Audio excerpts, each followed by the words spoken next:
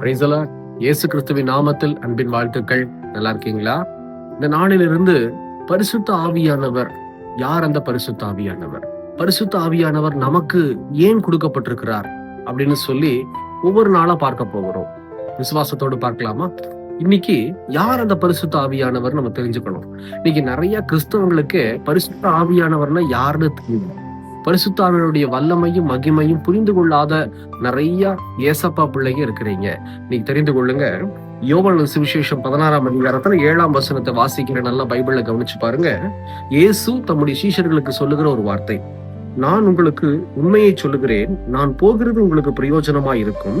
நான் போகாதிருந்தால் தேற்றரவாளன் உங்களிடத்தில் வரார். நான் போவேனேயாகில் அவரை உங்களிடத்தில் அனுப்புவேன். பாருங்க, தேற்றரவாளன். இயேசு சொல்றாரு, நான் இந்த உலகத்தை விட்டு போறது நல்லது. நான் போகலின்னா தேற்றரவாளன் உங்களிடத்துல வர முடியாது அப்படின்னு சொல்லி இயேசு சொல்லுகிறார்.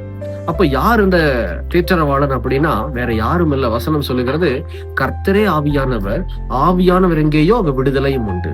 அப்போ யார் அந்த கர்த்தர்? கர்த்தராகிய இயேசு கிறிஸ்து. இந்த நசரேயனாகிய இயேசு கிறிஸ்து தான் ஆவியானவராயிருக்கிறார். பிரியமான ஜனமே, வேற யாரோ அல்ல.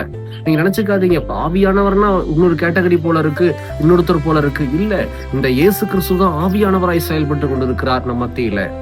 அன்னைக்கு மாம்சரிகமா 33 வருஷம் அந்த உலகத்துல இயேசு வாழ்ந்தார்.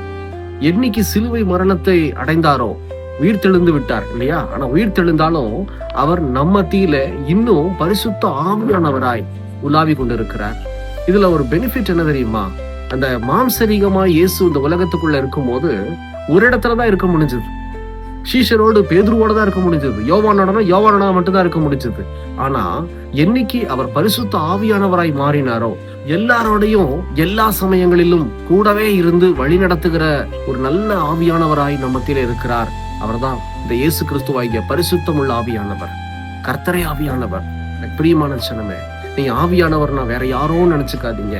இந்த இயேசு நமக்கு ஆவியானவராய் நம்ம மத்தியில உலாவி கொண்டிருக்கிறார். அவர் முக்கியமா நமக்குள்ள வாசம் செய்ய விரும்புகிறார். எதற்கு தெரியுமா? நம்மை பரிசுத்தப்படுத்துவதற்காக, அவருடைய வருகைக்கு ஆயத்தப்படுத்துவதற்காக, இன்னும் அநேகரை ஆயத்தப்படுத்துவதற்காக, இன்னும் சத்தியத்துக்குள்ள நம்மளை வளர்ப்பதற்காக, பாவத்திலிருந்து சாபத்திலிருந்து அவர் நம்மை நித்தமும் காப்பாற்றுவதற்காக தான் இந்த ஆவியானவர் நமக்கு கொடுக்கப்பட்டிருக்காரே தவிர வேற எதுக்கோ நீங்க நினைச்சுக்காதீங்க. பரிசுத்தானவர் வந்துட்டா உடனே நம்ம நினைச்சுக்கிறோம், இதோ அந்நிய பாஷை வரம், தீர்க்க தரிசனம் எல்லாம் அந்த காரியங்கள்லாம் கொடுக்கப்படும். ஆவியின் கனி, ஆவியின் வரங்கள் எல்லாம் கொடுக்கப்படும், இல்லைன்னு சொல்லல. ஆனா அதுக்கும் மேல இது பாவம், இது சாபம், இது இயேசுவை துக்கப்படுத்தும் அப்படின்னு சொல்லி ஒவ்வொரு நிமிஷமும் நமக்கு இருதயத்துல உணர்த்துகிறவர் தான் பரிசுத்த ஆவியானவர். புரிந்து கொள்ளுங்க. இப்படிப்பட்ட தேற்றரவாளன் யாருக்கெல்லாம் வேணும்? விசுவாசிக்கிறீங்களா? இந்த தேற்றரவாளன் எனக்கும் வேணும், என் கூடவே இருக்கணும். இந்த பரிசுத்த ஆவியானவர் என் கூடவே இருக்கணும்னு சொல்லி விரும்புகிறவங்க கண்களை மூடி ஜெபிக்கிறீங்களா? எங்களை நேசிக்கிற நல்ல ஆண்டவரே, இந்த வேலைக்காக ஸ்தோத்திரம். ஆண்டவரே, இன்னைக்கு தேற்றரவாளனாகிய பரிசுத்த ஆவியானவராய் உம்மை பார்க்கிறோமே. எங்களுக்காக மரித்து அடக்கம் பண்ணப்பட்டு இன்னைக்கு பரிசுத்த ஆவியானவராய் எங்கள் மத்தியில் இருந்தீரேப்பா. தகப்பனே, பாவத்தை குறித்தும் சாபத்தை குறித்தும் இடத்துல சொல்லி கண்டித்து உணர்த்த எங்களோடு கூட இருக்கிறீங்களே தகப்பனே, உமக்கு ஸ்தோத்திரம் செலுத்துகிறோம், நன்றி செலுத்துகிறோம்ப்பா. தொடர்ந்து எனக்கும் ஆவியானவர் வேணும்னு சொல்லுகிற பிள்ளைகளை நோக்கி பார்த்து கர்த்தர் ஆசீர்வதிப்பீராக.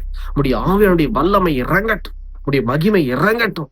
சத்தியத்துக்குள்ள ஆண்டவரே எங்களை நடத்த எங்களை தாழ்த்தும், அர்ப்பணிக்கிறோம், வறுமையாக்குகிறோம். கூடவே இருங்க, எங்களுக்குள்ள வாசம் செய்யுங்க, எங்களை பரிசுத்தம் பண்ணுங்க. உடைய வருகைக்கு எங்களை ஆயத்தப்படுத்துங்க, பிறகு ஆயத்தப்படுத்த எங்களை தாழ்த்துறோம். இயேசுவின் நாமத்தில் ஜெபிக்கிறோம் பிதாவே, ஆமேன், ஆமேன். கர்த்தர் உங்களை ஆசீர்வதிப்பாராக. எங்களுக்காகவும் ஜெபித்துக் கொள்ளுங்கள். God bless you.